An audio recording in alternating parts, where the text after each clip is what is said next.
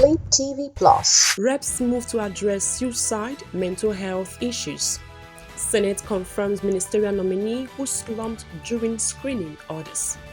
Judgment based on constitution, not public opinion, CJN. FCTA demolishes illegal structures in Abuja.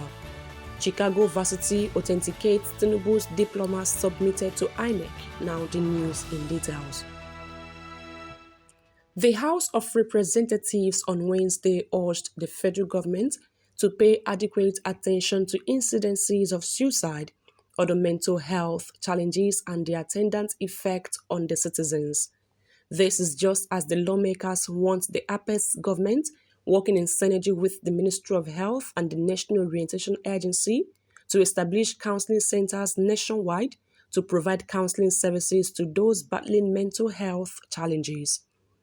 The lawmakers at a plenary session on Wednesday also tasked the Federal Ministry of Health to collaborate with relevant health institutions in ensuring that research conducted on mental health are utilized for the good of the society. Moving on, the Senate has confirmed the Kaduna State nominee Abbas Balarabe, who fainted during his screening on Wednesday.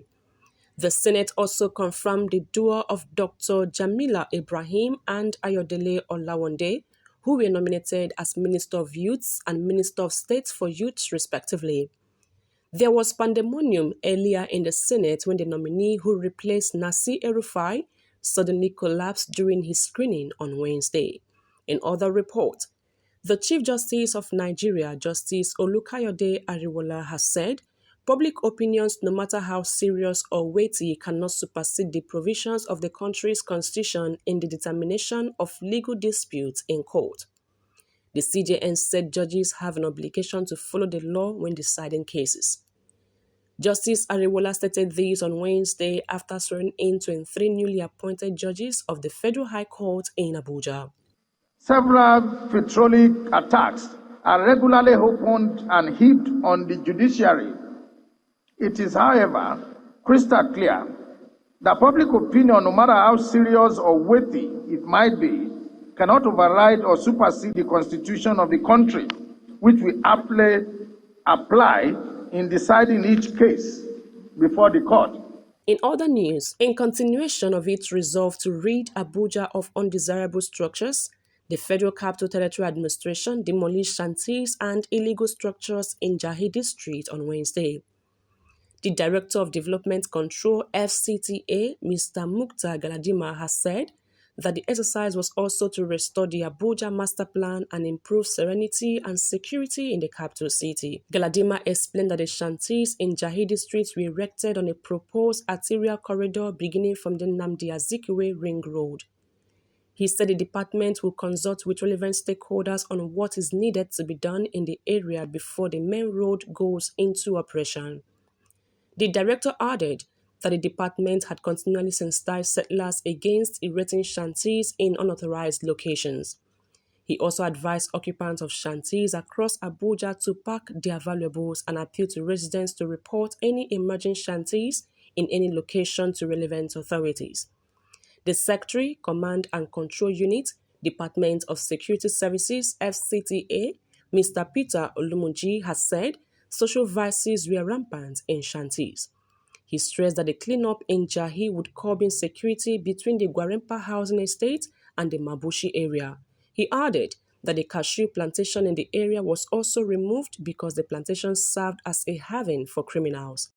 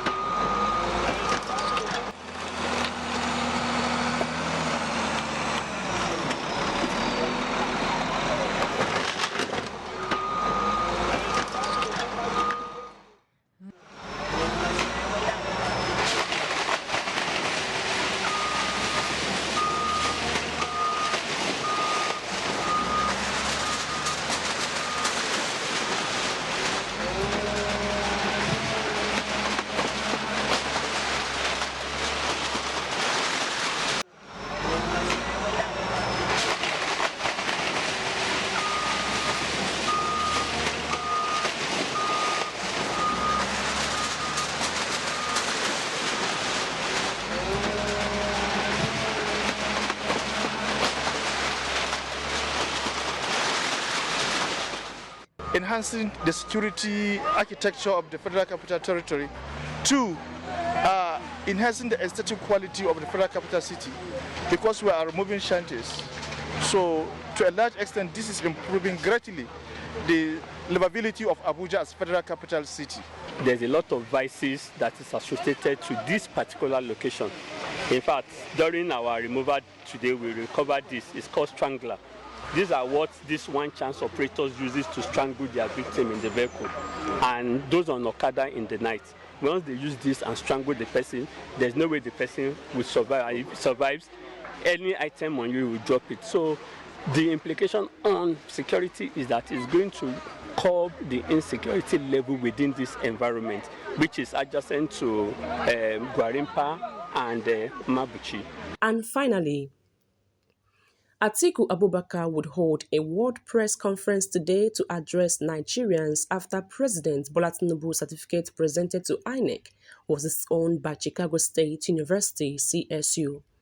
Recall that Atiku, the People's Democratic Party (PDP) flag bearer in the 2023 election, had requested Tinubu's academic record from CSU to compare them with the one presented by Tinubu to INEC for the 2023 presidential election.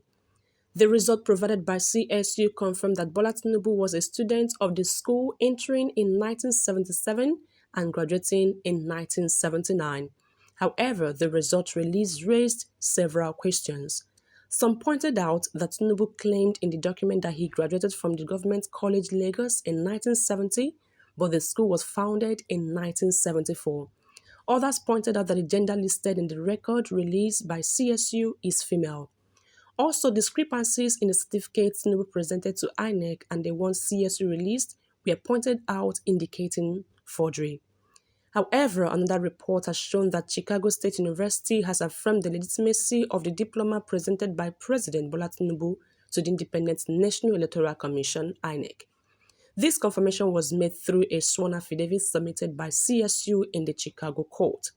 According to the affidavit, both the diploma and its certified copy provided to Tinubu are valid and authentic. Differences between the two versions are attributed to variations in signatures, fonts, and seals, with the date discrepancy being attributed to human error. These revelations came in response to concerns raised by Atiku Abubakar, the opposition People's Democratic Party (PDP) presidential candidate, about the authenticity of Tinubu's CSU certificate and his subsequent request for access to the document. Meanwhile, the former Vice President Atiku Abubakar have arrived in Nigeria for a world press conference scheduled to hold today. That'll be all for now. Thanks for watching Midday Report. Goodbye.